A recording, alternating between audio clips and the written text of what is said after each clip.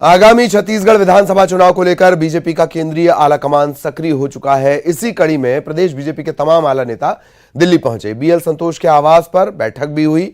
राष्ट्रीय अध्यक्ष जेपी नड्डा समेत कई केंद्रीय नेता इसमें शामिल हुए। बैठक में छत्तीसगढ़ की प्रभारी डी पुरंदेश्वरी और पवन साय भी शामिल हुए। इससे पहले इस बैठक में शामिल होने के लिए पूर्व मुख्यमंत्री डॉक्टर रमन सिंह, नेता प्रतिपक्ष धर्मलाल कौशिक, प्रदेश बीजेपी अध्यक्ष विष्णुदेव साय दिल्ली पहुंचे थे। इस बैठक में बीजेपी की मौजूदा स्थिति पर चर्चा हुई। कयास ये लगाए जा रहे हैं कि प्रदेश स्तर पर पार्टी में बड़े पैमाने पर फेरबदल हो सकता है।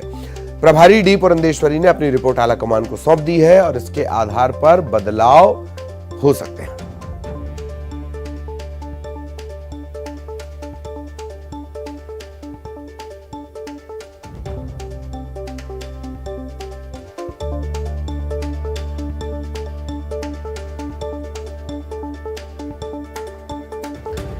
प्रदेश स्तर पर पार्टी में बदलाव हो सकते हैं और डी पुरंदेश्वरी उन्होंने अपनी रिपोर्ट भी सौंप दी है। लगातार प्रभारी बनाए जाने के बाद डी पुरंदेश्वरी बैठकें ले रही हैं, लगातार नेताओं से मिल रही हैं और इसके बाद भी जिस तरीके का खैरागढ़ उपचुनाव में नतीजा आया है, इसके बाद ये माना जा रहा है कि अब छत्तीसगढ़ बीजेपी में बड़ा फेरबदल हो सकता है।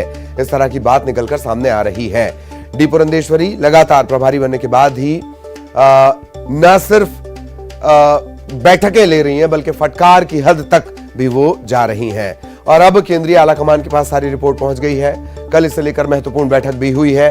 तो क्या बदलाव की जो आहट है, देवव्रत हमारे साथ जुड़े हुए हैं।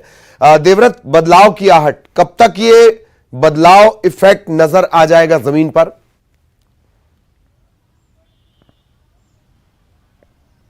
जी, अगर बीजेपी को किसी भी तरह का कोई बदलाव करना है और अगर कोई बड़ा बदलाव करना है तो उसे 2023 से पहले ही करना होगा, क्योंकि अब एक तरह से बहुत ज़्यादा समय बीजेपी के पास नहीं है।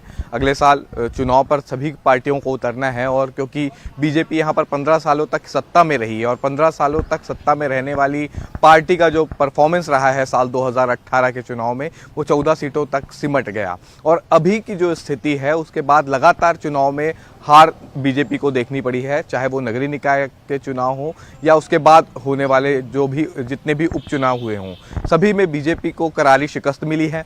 इस पर मंथन भी हुआ, कमजोरियां भी गिनाई गई और साथ ही साथ अब समीक्षा भी की गई कि किस तरह के अब तक के कामकाज रहे हैं। और जहां तक के नेतृत्व की बात है तो बहुत समय से ये बातें चल रही है कि बीजेपी में कोई बड़ा बदलाव हो सकता है, नेतृत्व परिवर्तन हो सकता है। हालांकि अब ये राष्ट्रीय संगठन को या राष्ट्रीय नेतृत्व को ये तय करना है कि आने वाले समय में क्या स्थानीय नेतृत्व परिवर्तन में, स्थानीय नेतृत्व में किसी तरह का बदलाव किया जाएगा या नहीं। लेकिन इतना ज़रूर है कि कई जो बड़े नेता हैं वो अब दरकिनार किए जा सकते हैं, क्योंकि हर नेता को पहले से ही ये कह दिया गया था सभी नेताओं को कि उनके परफॉर्मेंस का आकलन किया जाएगा, क्योंकि विपक्ष के रूप में जो भूमिका दिग्गज नेताओं की दिखनी चाहिए थी प्रदेश में, वो एक तरह से दिखाई नजर नहीं आई। बहुत बहुत शुक्रिया देवव्रत आपका इस तमाम जानकारी के लिए। देवव्रत विस्तार से